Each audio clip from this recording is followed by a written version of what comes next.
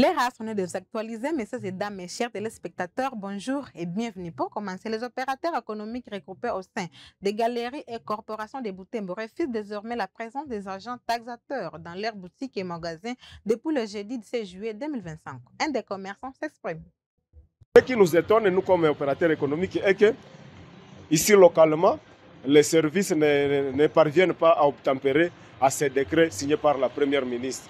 Mais ce qui nous étonne de plus, les services auraient d'obtempérer à ces décrets. Il faut maintenant les contrer. Maintenant, ils augmentent les taxes et ils menacent même les commerçants jusqu'au niveau où ils arrivent même à taxer doublement qu'auparavant. C'est ce qui nous étonne. Nous ne voulons plus voir ces taxateurs passer dans nos boutiques jusqu'à ce qu'on trouve solution à ces problèmes.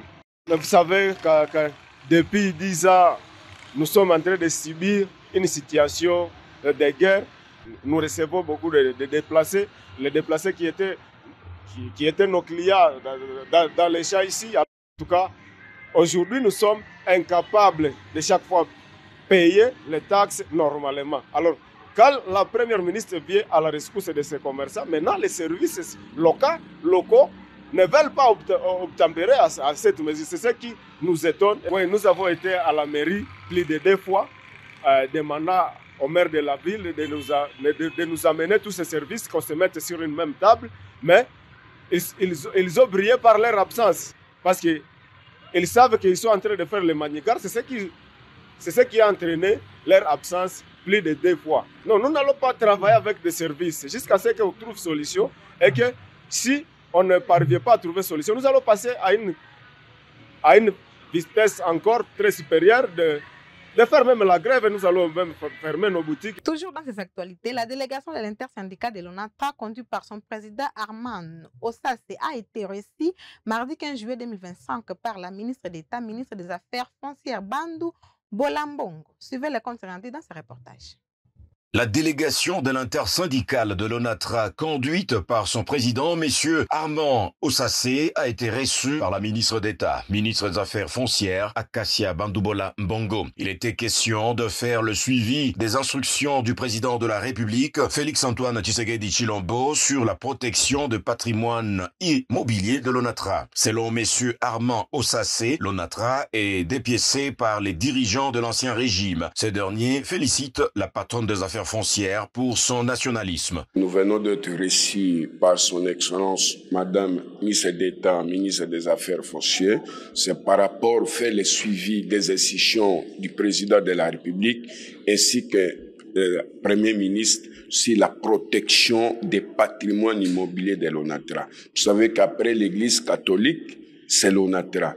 Mais cette entreprise est dépiécée. Des maisons spoliées par les dinosaures de l'ancien régime, aussi les présidents de la République ont instruit au gouvernement la protection et la valorisation des patrimoines immobiliers de l'État.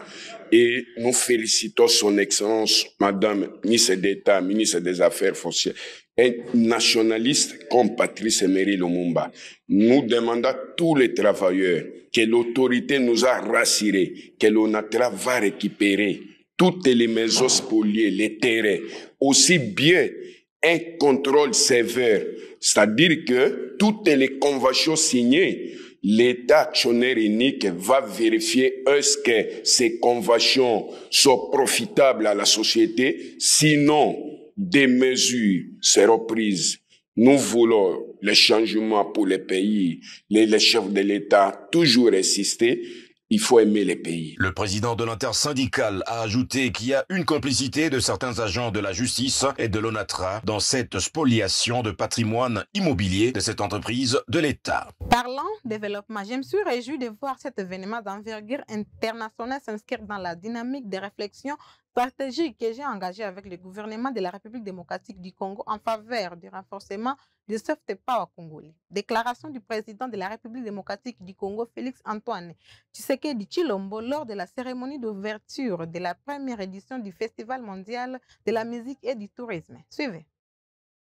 C'est pour moi un grand honneur d'être parmi vous ce jour à l'occasion de la cérémonie d'ouverture du tout premier Festival mondial de la musique et du tourisme.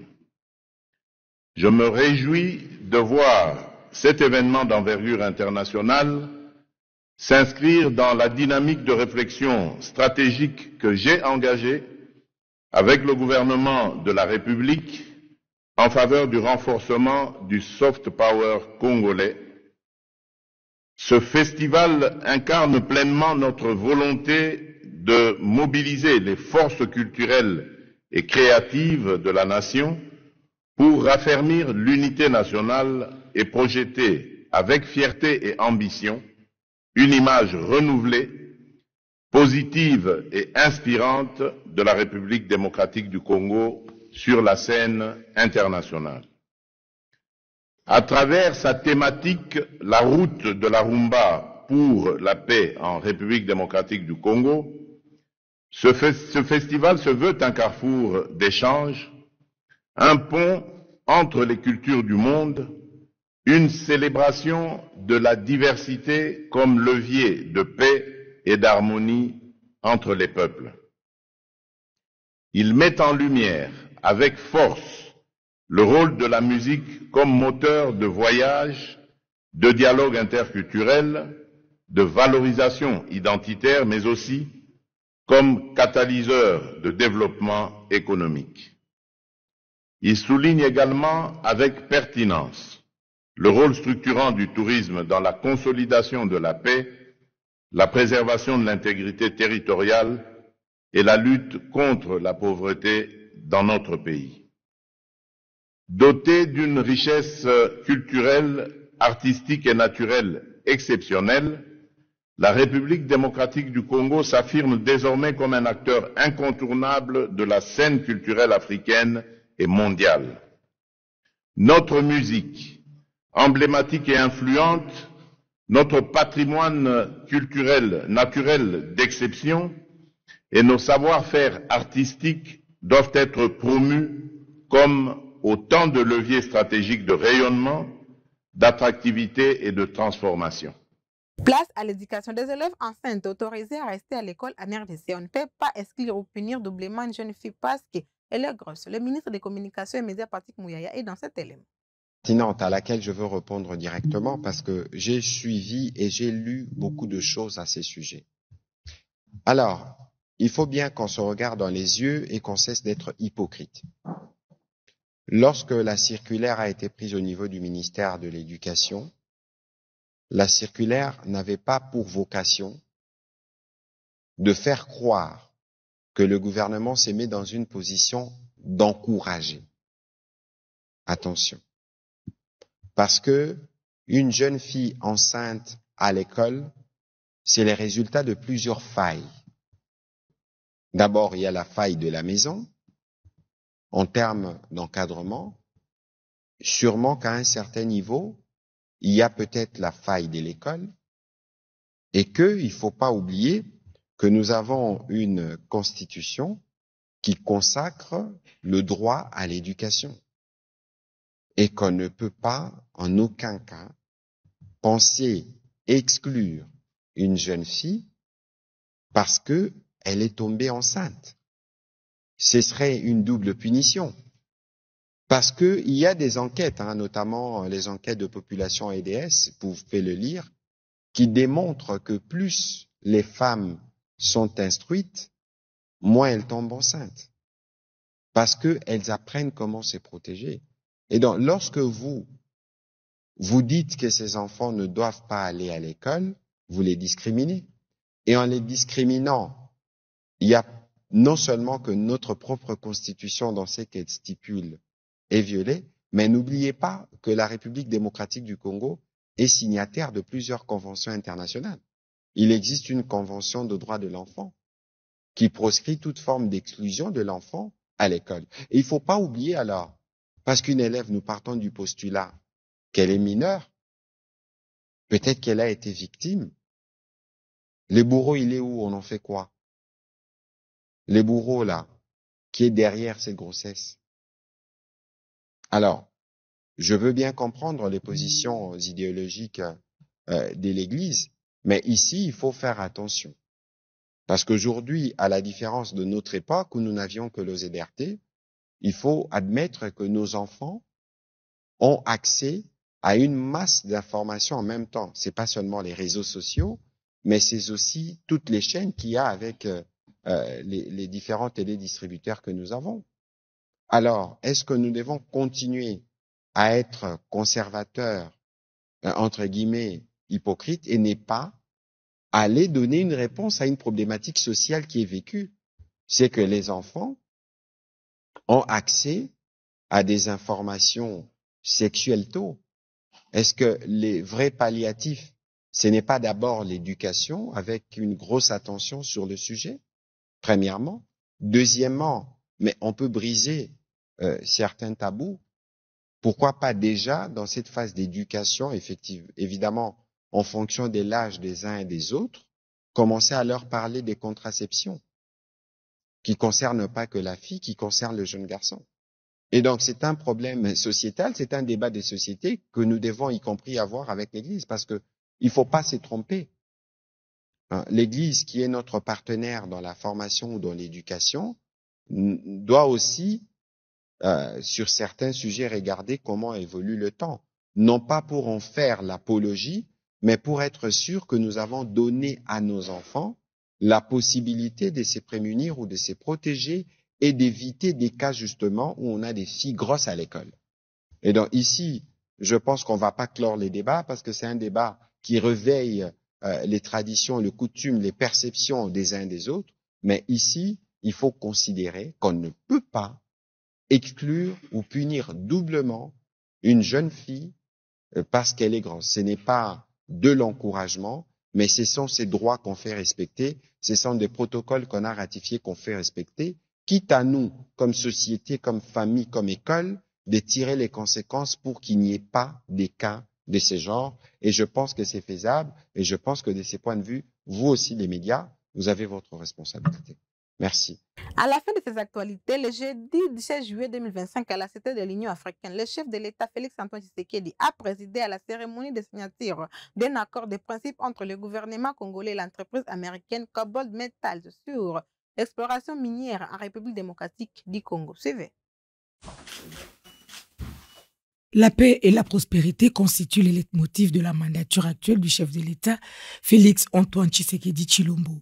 Pour y parvenir, il est lui-même allé solliciter les investissements étrangers, notamment américains.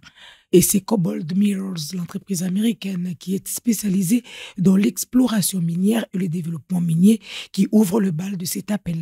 Le gouvernement congolais est représenté par son ministre de Mines, Kizito Pakabomba, aux côtés de l'arsenal de services du secteur, et Cobalt Mirrors, qu'accompagnait l'ambassadrice des USA au Congo, Lucie Tremblay, viennent d'apposer leur signature sur l'accord de principe pour ces partenariats ce soir à la Cité de l'Union africaine.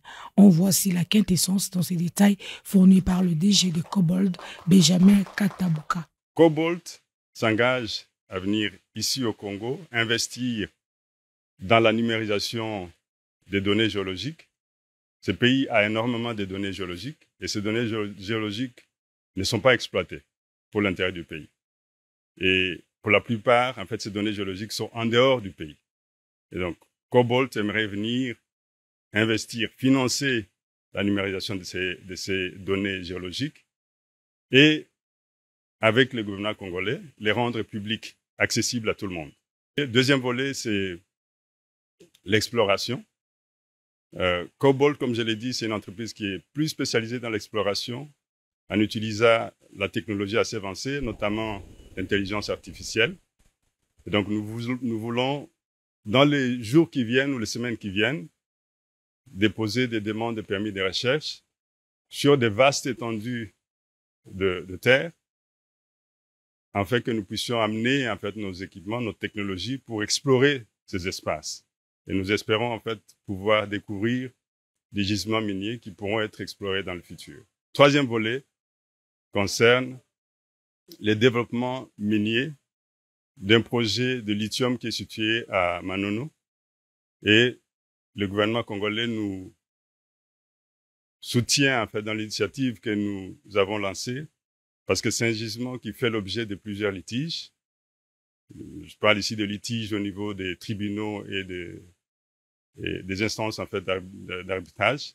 pour que nous puissions aider à résoudre en fait ces litiges et permettre à ce que ce projet soit développé par Cobalt Metals, notre entreprise.